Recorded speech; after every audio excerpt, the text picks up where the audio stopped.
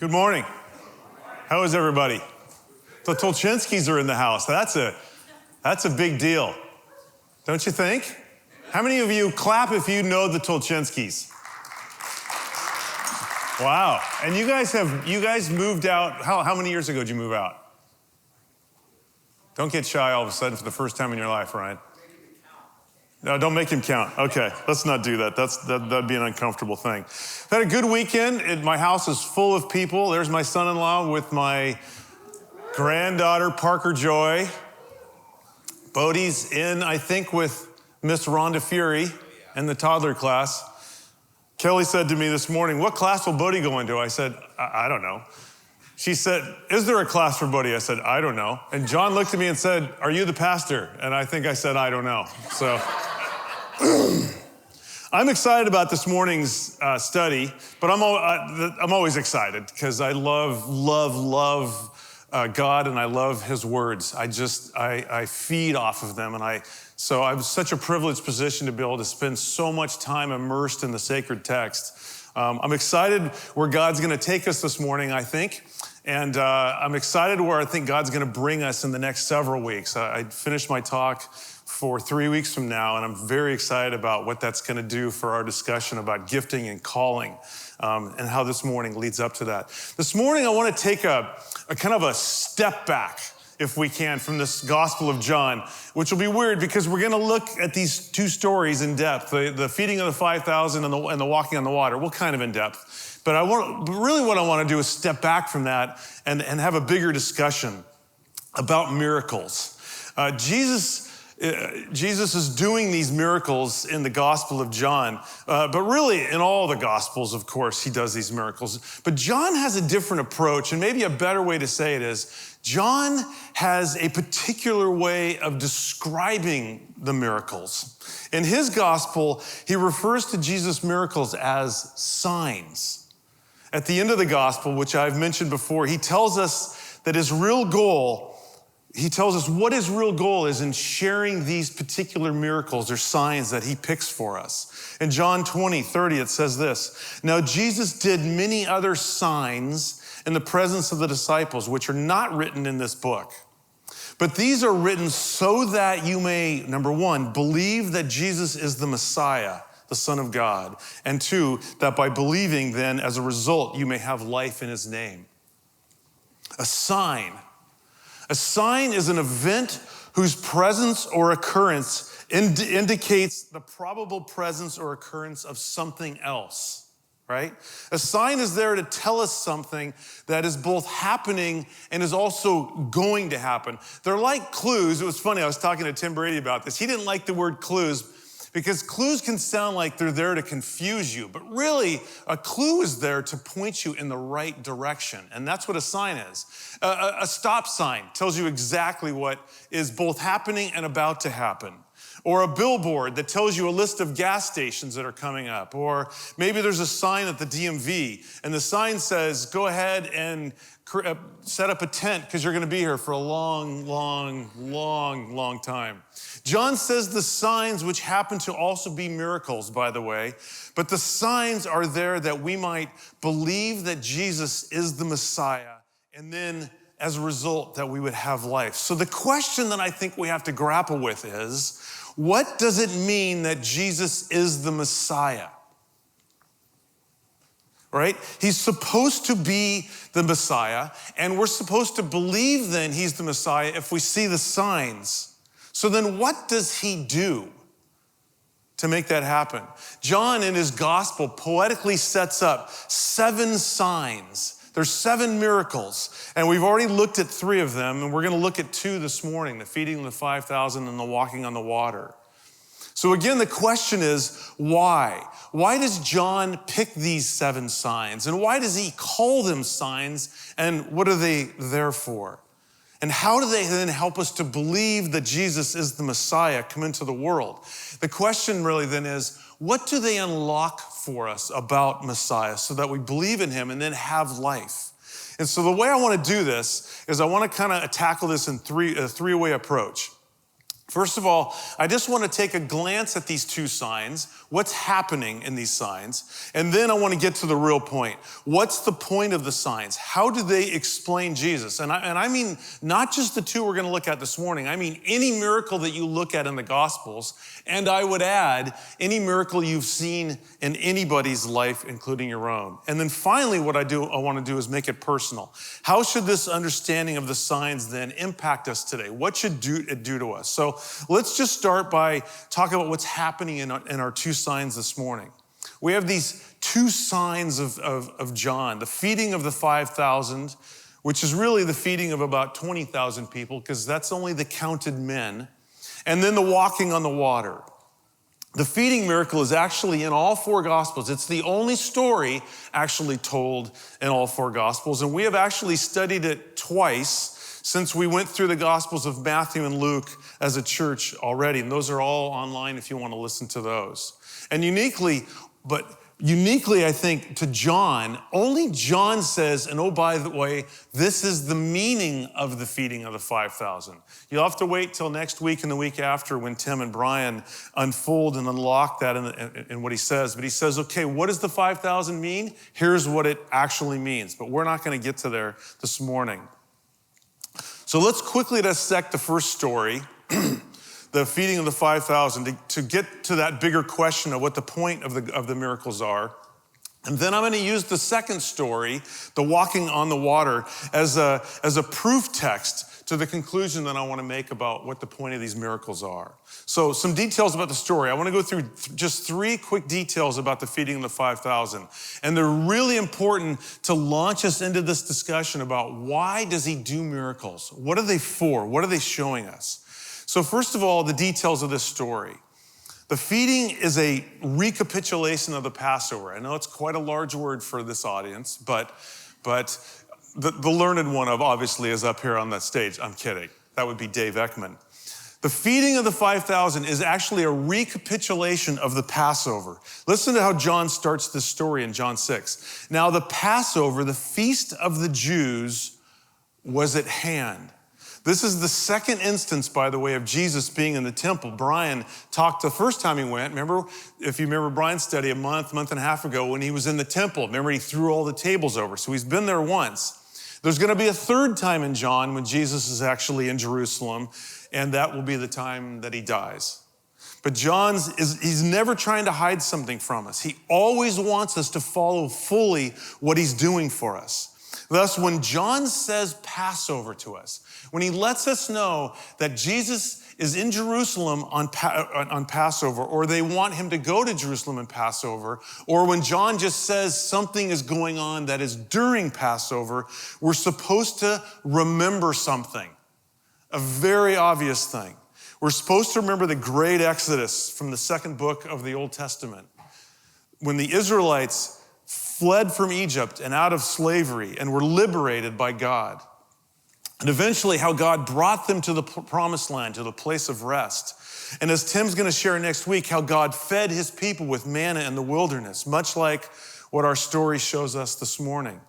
The feeding of the 5,000 is a recapitulation of that story on a much grander scale. It's an echo. It's to remind us. So when Jesus takes this little lunchbox and feeds all these people, we're literally supposed to think, oh my gosh, this is the Exodus all over again.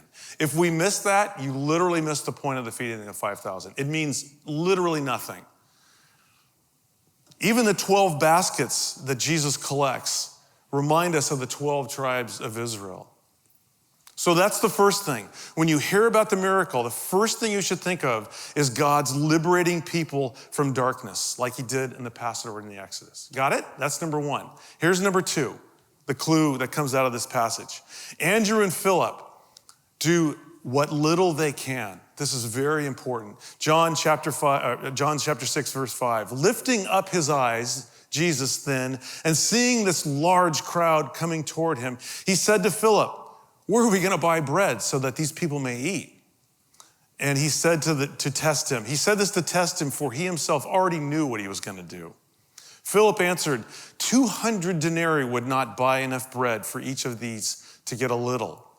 One of his disciples, Andrew, Simon Peter's brother, said to him, "There is a boy here who has 5 barley loaves and 2 fish, but what are they going to do for so many?"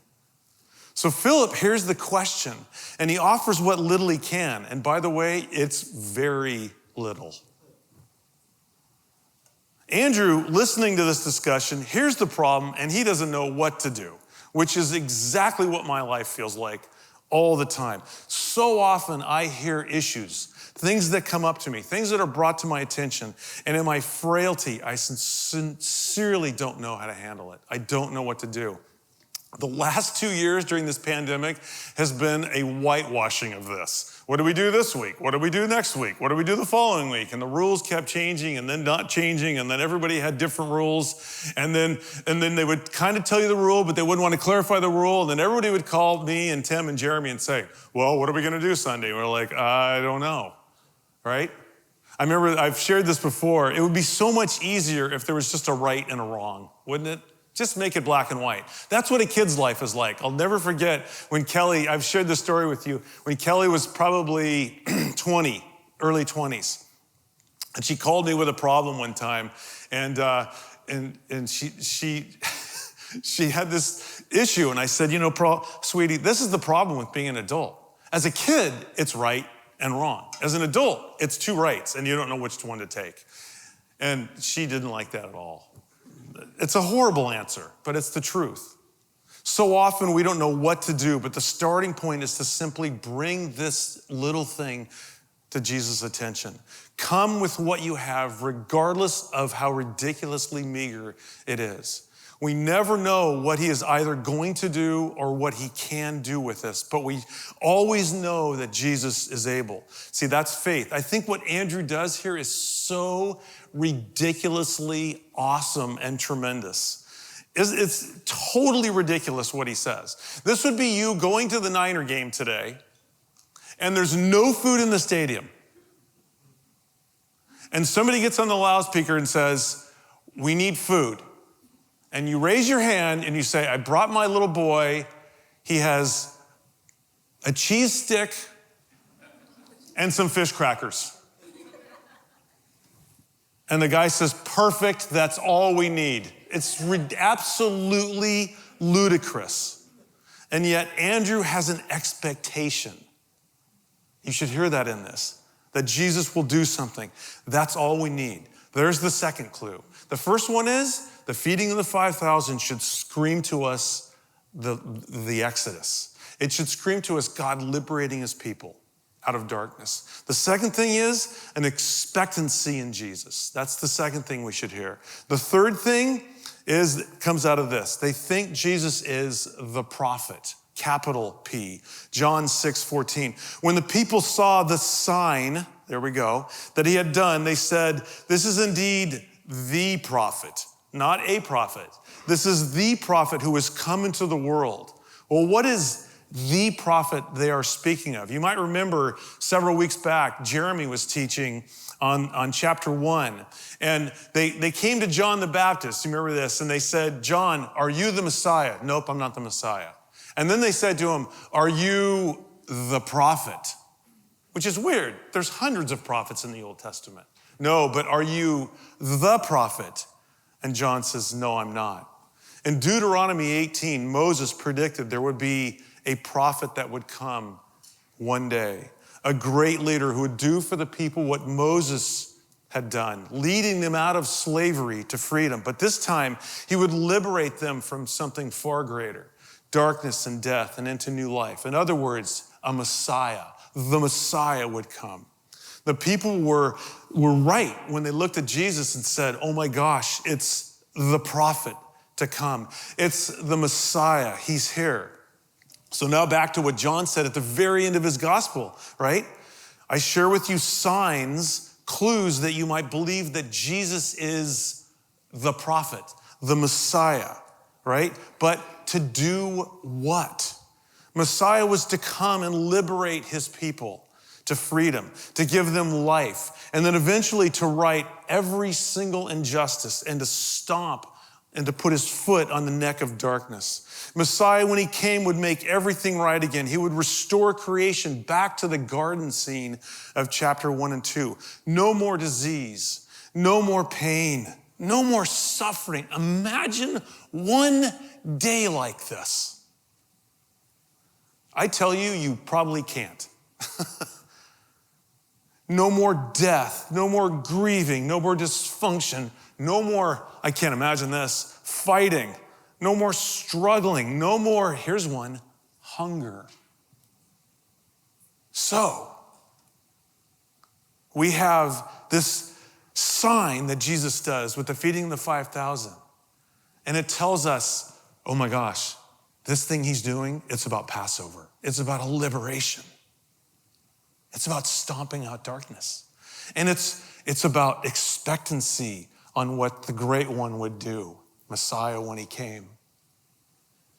Right? And it's also about the fact that he is the only one that we can rely on to do this. He's the prophet. So let's get back to our real question, the next question. What's the point of the signs? How do they explain Jesus' Messiahship? Here it is, as plain as I can be. Miracles are the signs of the inbreaking of God himself. Miracles are the sign of the inbreaking of God in our world. Miracles, signs as John refers to them, are to allow us to know and believe that Jesus is the actual Messiah. And again, what Messiah is about is a regeneration. It's about a recreating of the world that went south from Genesis 3 on. Remember, John started with that statement in his gospel, in the beginning. That's how the whole story started in Genesis chapter 1, verse 1. Jesus, the Messiah, has come, and he is going to start it all over again. He's going to reclaim what is rightfully good and beautiful, and quite frankly, what is rightfully his. But he's going to reclaim it from the dark forces. Miracles are the sign of the inbreaking of God, a new era, as it were. In my opinion, the signs, and this is very important, this is the opposite of this. Signs or miracles are not about displaying power. Which sounds weird because in every single sign, you can see power, right? There's not a sign that you can't think of. There's not a miracle you can't think of where power is not present. But that is not at all what I believe they are about. Because the signs were pointing to something different. Miracles are the signs of the inbreaking of God on behalf of humanity and all of creation. They are signs of the nature of his actual nature.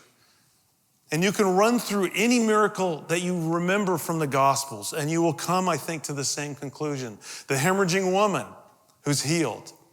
The official's son who's healed. Jairus' daughter who's raised up. The man who has leprosy that Jesus touches and it's gone. The man born blind that Jesus rubs mud in his eyes and he can see. Or the guy that we looked at the pool at Bethesda for 38 years lay at that pagan pool hoping for some ridiculous thing to save him and to heal him. And Jesus walks up and literally doesn't do anything other than say, get up and get out of here. And the guy picks up his mat and walks away. And on and on and on these miracles go. The feeding of the 5,000, even the simplicity of this miracle, he is eradicating hunger. Jesus came to deal with suffering. You should feel that. He hates it. Jesus' miracles are the sign that God is assaulting darkness,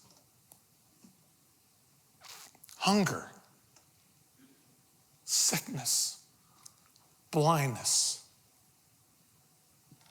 Fill in the blank, right? Think of your last 7 days. Fill in the blank with your own list. Afraid in the storm, resurrecting the dead. Jesus hates suffering. Jesus just loathes it. And at the core of the signs is his tender heart and how against suffering he is. It is his nature, literally his nature, to stop pain. Everything in his creative, life-giving body and fiber wants to turn the kicked over chair back upright. He cannot walk into a room and see a chair over and everything else is perfect and all he sees is that chair. It drives him crazy. Jesus is like the ultimate type A personality. That was the funny part. You can laugh. Wow, I have to give you permission. Don't worry. That is who he is. You see, these signs are miracles. They're not tricks to show you his power. Heck, if you want to see his power, just get up right now and just go outside. Look at a tree, for heaven's sake. Feel the wind and have no idea where it came from and how far it traveled to hit you. Watch the rain fall. Drive to the ocean today and watch the surf pound against the cliffs.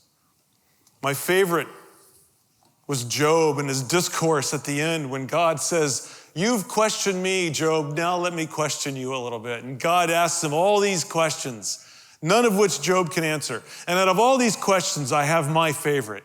He says, "Job, here's one for you. Riddle me this. Why does the ostrich dig a hole, lay its egg, cover it with dirt, and walk away, leaving God to hatch it?" And at that point, Job goes, "I relent," which is just hilarious to me. It's the ostrich and the egg that pretty much put Job over the proverbial top. I just think that is fantastic. Instead, the signs you see, they're not about a display of power. They're an assault on decay and injustice and disease and death and trauma. Remember, I love this. Remember when John the Baptist, he's at the end of his ministry and he gets arrested. Do you remember this? They take him to Macarius out in the desert. It's a fortress castle, if you will. And he's locked up. And he has one of his disciples there. And John the Baptist, of all people, says, "I'm still confused. Like, this is not looking the way I thought it would." He asks his messenger, "Go back to Jesus and ask Jesus if you're the one." I love that. It's fantastic. So Jesus says, what? Matthew 11. Here's what Jesus says. "Go and tell John what you hear and see." Many of you know this because you're already shaking your head, right? "The blind receive their sight, the lame walk, lepers are cleansed." This is a weird list. "The deaf hear, the dead are raised up, the poor have good news preached to them." It's kind of not what I expected him to say. You would think Jesus would say, "Go tell him how I ride around on my magic carpet, floating without my feet on the ground in power." But he doesn't say that. He says the blind see. He's eradicating physical brokenness. He says the lepers are cleansed, the people that are alienated from God and from humanity. The poor hear good news. He is liberating their social alienation. What is Jesus saying? I hate that stuff, right? Jesus isn't suspending the natural order. He is regenerating it. The poor hear good news. They are signs of the kingdom of God on earth as it is in heaven. Heaven has come to earth.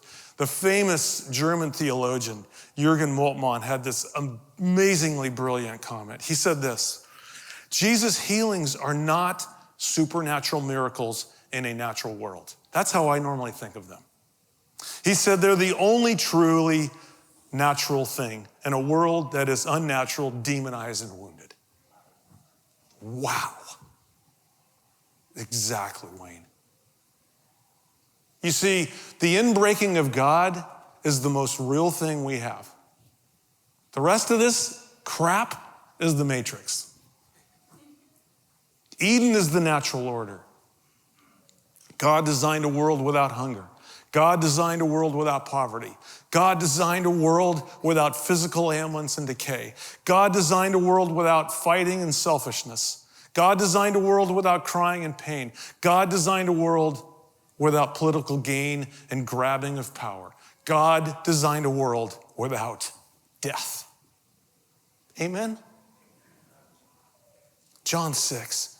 And a large crowd was following him because they saw the signs that he was doing. Listen how it finishes. On the sick. It's this little tag on in the end. Why doesn't it just say, they saw the miraculous signs that he was doing? It says they saw the signs he was doing on the sick. Notice, not displays of power to creation, but rather signs of love for creation. If Jesus' miracles were primarily about power, I want you to consider the following 4 or 5 thoughts that I ran through in my own mind. First of all, why aren't his miracles bigger? Think about it. Jesus could have done far bigger miracles.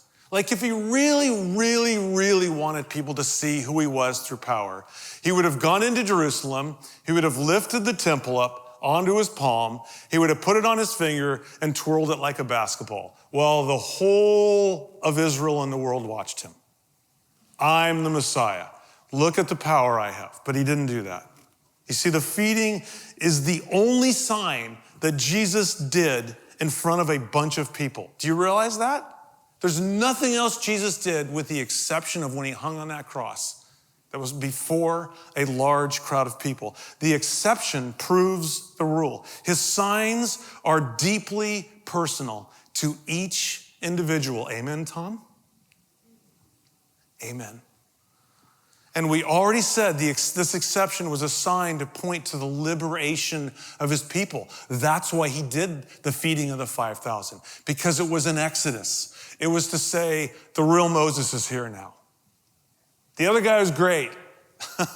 He's a foreshadowing. I'm the real Moses. I'm the prophet, not a prophet. I'm the Messiah, and I'm going to liberate you from darkness. Second of all, think about this one. Why aren't they for larger audiences? With the exception of the feeding of the 5,000, which we've already said was about kind of about eradicating hunger, but it's really about liberation and an exodus. If you think on Jesus' miracles, they're surprisingly private. In Mark chapter 7, Jesus heals the deaf man. And what does the text say? And Jesus charged them to tell no one. In Matthew 8, Jesus heals a leper. And it says, see that you say nothing to anyone. In Matthew 9, when the little girl that died is raised, he says, put everyone out of the room before I do this. In Matthew 12, it says he healed tons of folks and then ordered them to tell no one. When Jesus was transfigured, he only took 3 of his disciples. If the miracles were about power, he's terrible at it. Like, just downright awful. Of course, he was trying to not die before his time, so he doesn't want to be too popular. But it's about way more than that. Or consider this. Why does Jesus react against the display and desire for him to show his power? In our very passage, John 6:15, perceiving then that they were about to come and take him by force and make him king, Jesus then withdrew again to the mountain by himself. What does this mean? What's a king? What does a king do? He is a ruler. He takes control. He uses, listen very carefully, his power and position as he sees fit. But Jesus won't allow it because his kingship is not about that. It's about laying his power aside for us. He beat darkness by being the opposite of darkness, by laying his life down. Or consider this question. Why did Satan pick on Jesus the way he did in the wilderness? It's a very specific way when Jesus is tempted in the wilderness after he gets baptized. What Satan asked Jesus to do in the wilderness during those 40 days was to summon his own power by the way, which he had, and allow his position to fix his own problem. But Jesus came to empathize with you and I. Jesus came to live our life, not his. To become us, to rely then on the Father and the Spirit, the way we have to. You see, not to use his power, but to rather rely on the Spirit's power and the Father's leading. And lastly, all you have to do is look at the last thing Jesus did and work backwards. Go to his death and then work backwards through his miracles, and you'll come to the right conclusion. What was the point of Jesus' death and then eventual resurrection? It was to conquer death, the one thing we cannot beat. See, he came to put an end to darkness, to free us, to give us life in the garden. That's what his life and death was about. Everything working up to that point then was also about the same thing, namely his miracles. The only possible aberration to this whole argument I've just laid out to you about why Jesus did the miracles, they're not about power. They're a sign that he is stepping on darkness. The only possible story I could think of in the Gospels happens to just be the very next story when he walks on the water, which, oh, by the way, John places back to back, feeding the 5,000 and that one. That seems to be just about sheer power display. He's walking around on an ocean-like sea in a huge storm in the middle of the night. That's pretty dang powerful. So let's read it and see what it does. John 6:16. When evening came, his disciples went down to the sea, and they got into a boat, and they started across the sea to Capernaum. And it was now dark, and Jesus had not yet come to them.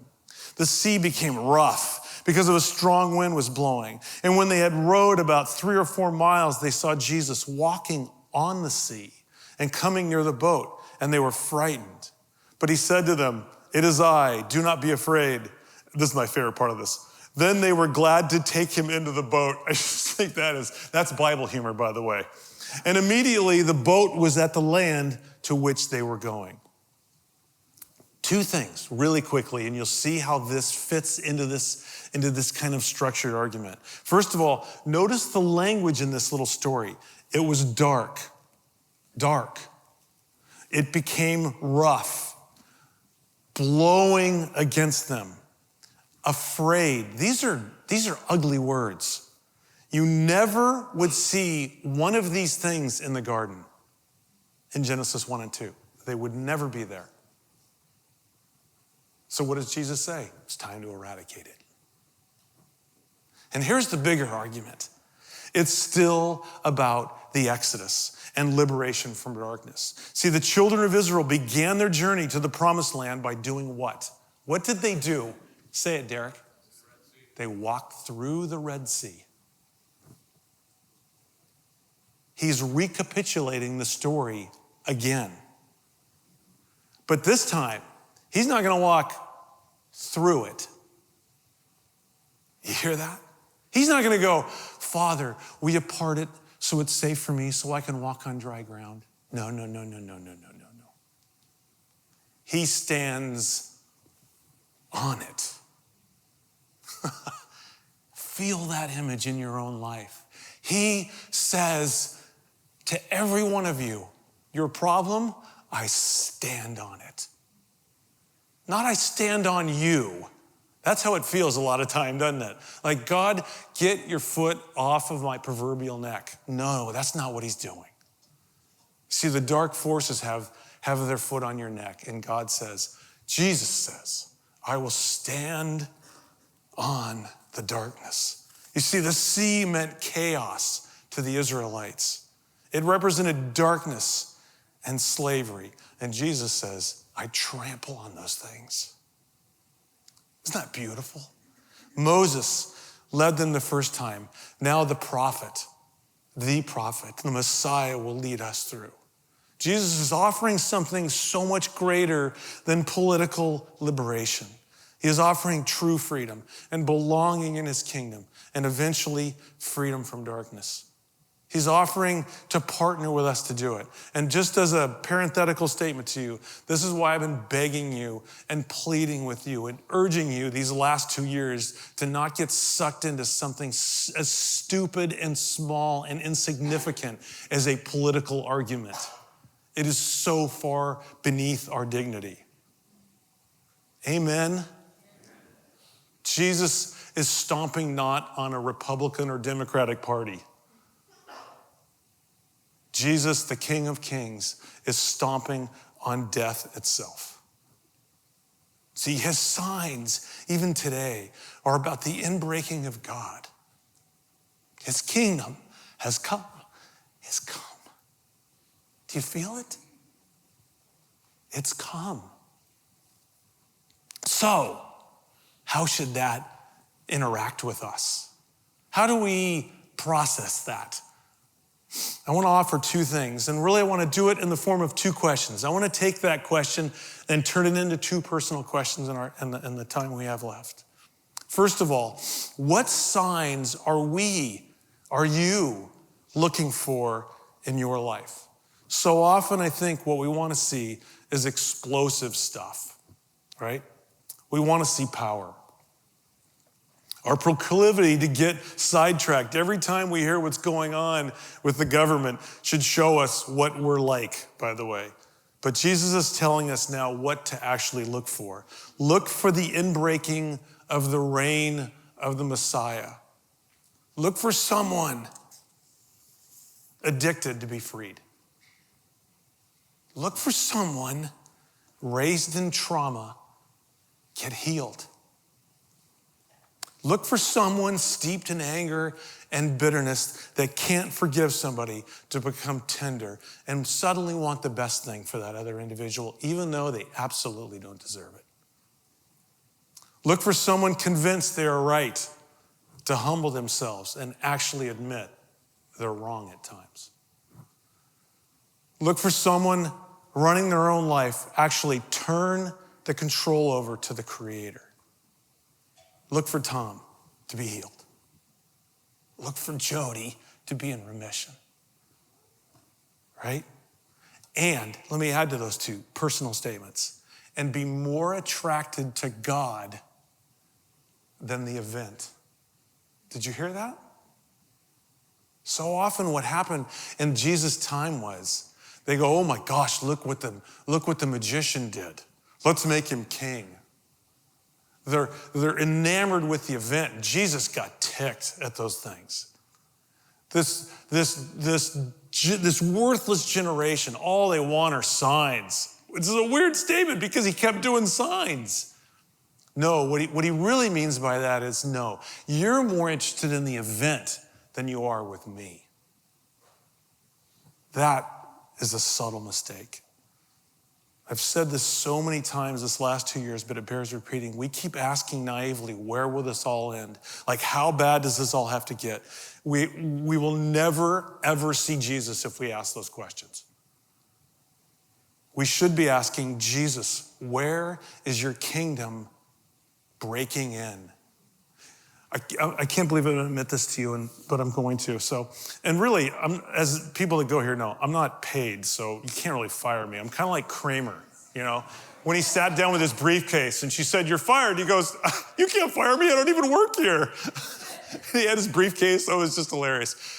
So anyway, True Detective, season 1. I am not recommending this. So please don't go home and watch True Detective season 1. I also won't make the many of you that watched it raise your hand as a confessional because I'm not a Catholic priest and I can't absolve you from your sin. But if you watch True Detective season 1, it is horrible and dark and ugly and makes you feel like you can never take a clean enough bath. But here's the good news. At the end of the story, there's an amazing scene. You remember it's Woody Harrelson and Matthew McConaughey, the 2 detectives. And Matthew McConaughey's all shot up and he says to Woody, break me out of the hospital. So he wheels him out of the hospital and he's wheeling him out. And he says, his name's Marty, and Woody Harrelson plays him. And he says, he looks at Matthew McConaughey's character and he says, it's just one story. It's the oldest story of light versus dark. It's like, wow, my ears perked up when I saw this. Like, wow, it's like turned into a Bible study. And believe me, this was no Bible study. And Matthew McConaughey's character says, I know we ain't in Alaska, but it appears the dark has a lot more territory. He's looking at the sky, and he's just like, the dark is overcoming us. And Morty says, yeah, you may be right about that. And he starts to wheel him through the parking lot, and he stops, and he looks up. He says, you know, you're looking at it all wrong. The sky thing, once there was only dark. If you ask me, the light's winning. Isn't that beautiful? The light's winning. If we aren't looking every day for the inbreaking of God, you are wasting your life. How's that for a huge comment? If you're a follower of Jesus and you don't wake up and say what Brian Fury says every day, today God is an adventure with you, what are you going to do? You have wasted a day. I can't say it any stronger. And the next question then is this: do you desire to see the inbreaking of Jesus through you?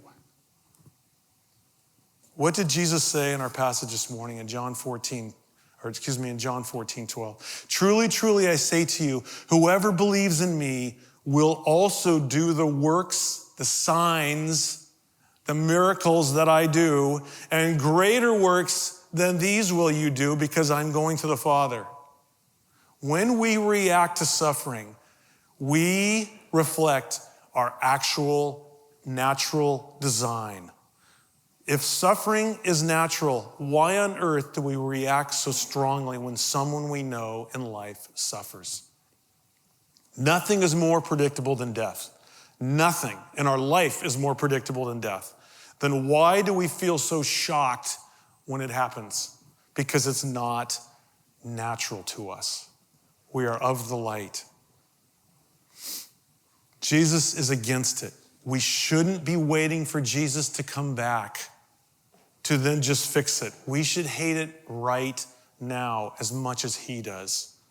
That little boy, what little resource he had, what little faith he had, what little belief he had, what little money he had, what little resource he had, he partners with Jesus and he reclaims darkness to light.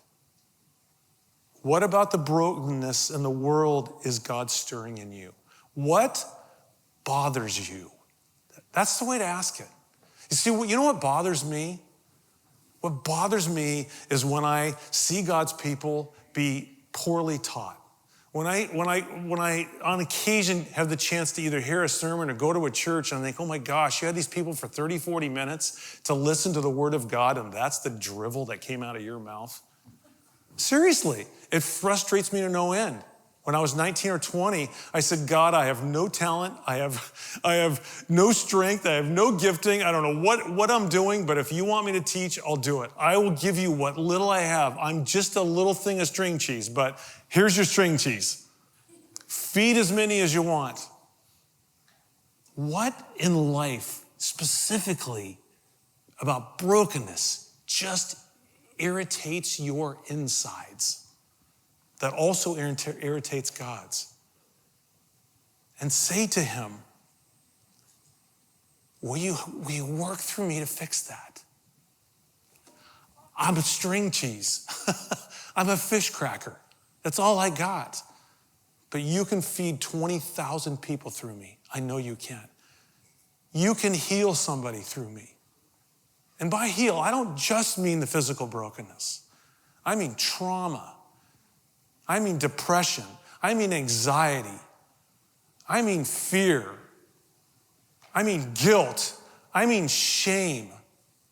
These are the things that Jesus wants to lift off of this world's shoulders through us. Wake up tomorrow and ask him, you have an adventure. I want to see you break into this world And I'd love to see you do it through me as well. That'd be really cool. Try that this week. Let's pray.